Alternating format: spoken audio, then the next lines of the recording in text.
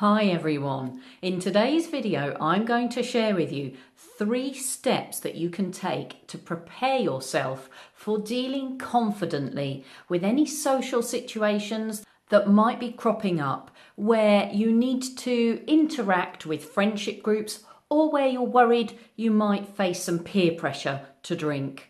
And I'm also going to share with you some tips on some of the things that you can say to friends and colleagues when you're worried that they're going to be surprised that you're not drinking and you're worried about how you're going to explain yourself to them. So first of all, some tips on the kinds of things you can say.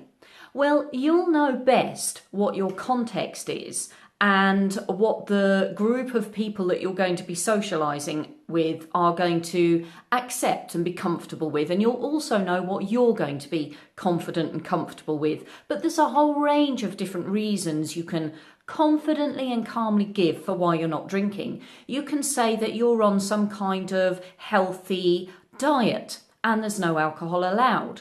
If you need to, you can say that you've got a trainer who's got you on some kind of strict eating plan, nutritional plan, and you're not able to drink. You can say that you've got an important meeting in the morning or you've got some kind of commitment and you need to be firing on all cylinders. You need to wake up fresh and you need to be on the ball, so you're not drinking that particular evening. You can say that you've got a commitment later on in that evening. Maybe you've got to drive somebody somewhere. You can say that you're following some kind of healthy eating or fitness challenge for a month or 2 months or 3 months. And part of that is you're not allowed to drink and that you're really keen to see it through and you're going to stick with it rigidly. You can come up with a wide range of as many different reasons and excuses that you can think of, and you can simply select one to fit the occasion. Some people like to say that they've seen a doctor and they're under medical advice or they're on some medication and they're not allowed to take alcohol with that medication. Eventually, though, you do get to the point where you're confident enough with what you're doing, you're confident enough with being sober socially, that you're able to tell people that you did this clean eating challenge or healthy eating challenge and you felt so great without the alcohol, you've decided to stick with it. And you can simply consider yourself a non-drinker from that point on. But you'll know when that time is right for you. In the early stages, it's best to go prepared with some excuses and reasons that you'll feel confident giving to your friends and your peers. So 3 steps to dealing with social situations, friendship groups and peer groups successfully sober. The first one is to plan. Plan your excuse. Plan what it is you're going to say. The second step is to rehearse. And you rehearse in your imagination. You mentally rehearse what you're going to say, how you're going to say it, how you're going to deal with challenges that come up along the way. So what if somebody actually buys you a drink and puts it in front of you? You need to mentally rehearse how you're going to deal with that situation happening. So you'll know best what challenges you might face in any given social or friendship situation.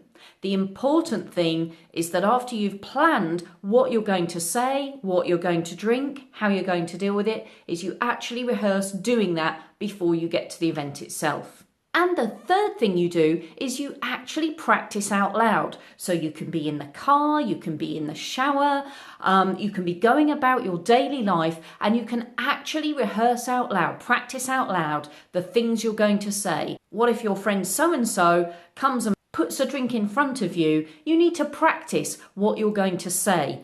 The more that you practice saying things out loud, the more confident you feel about going into that situation because it starts to flow naturally and you have to think about it less and less and less. So the whole situation just becomes easier. So summary of today's video, number 1, you plan your excuses. You plan what you're going to say in advance.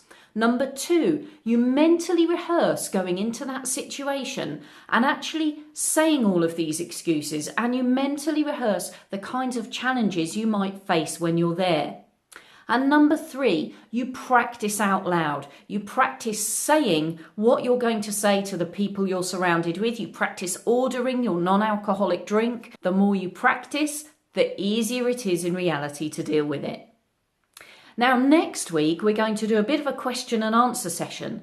So do share in the comments below or send me an email, admin@gogetsober.com, and share some of your tips. What are some of the reasons you've given your friends and peers? What are some of the things that have worked for you? And if you have any questions, post them to me as well. For more updates, advice, tips, inspiration and support on how to stop drinking and stay happily and healthily sober, you can subscribe to my channel. I'll look forward to catching up with you next time. But in the meantime, let's go get sober together.